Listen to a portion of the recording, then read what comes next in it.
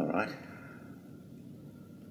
So there's no Liberal Party policy to bring down the high cost of construction at the moment? Only through the ABCC that we want to bring back. ABCC? What's the ABCC? The building construction is like the watchdog that keeps the unions in line, basically. Well, many of our builders won't go over 4 or 5 stories because they're concerned that the cost of compliance with the unions, and we just saw some strikes yesterday down at the Commonwealth Games, just makes it unaffordable to build.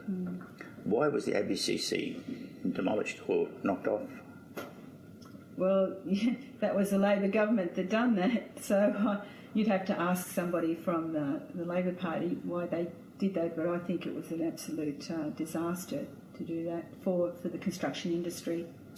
So under the Liberals it will definitely come back, under Labor it won't come back. That's correct. Yeah, that's why we're having a double dissolution. One final question for you. Well, when we started the club, we were getting 7% rent returns because there were fewer investors. Now there's more and more investors, there's more and more supply. Rents have come down, and according to ABS now, it's nearly halved. It's about 4.2% is the annual rent return. But where will prices be affected under Liberal or Labor? Because you're looking at new properties under the Liberals or under Labor to get the first home buyer grant, right?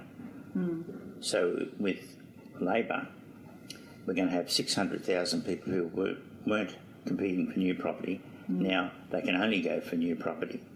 So we've got 600,000 people plus the first home buyers competing in a tiny market.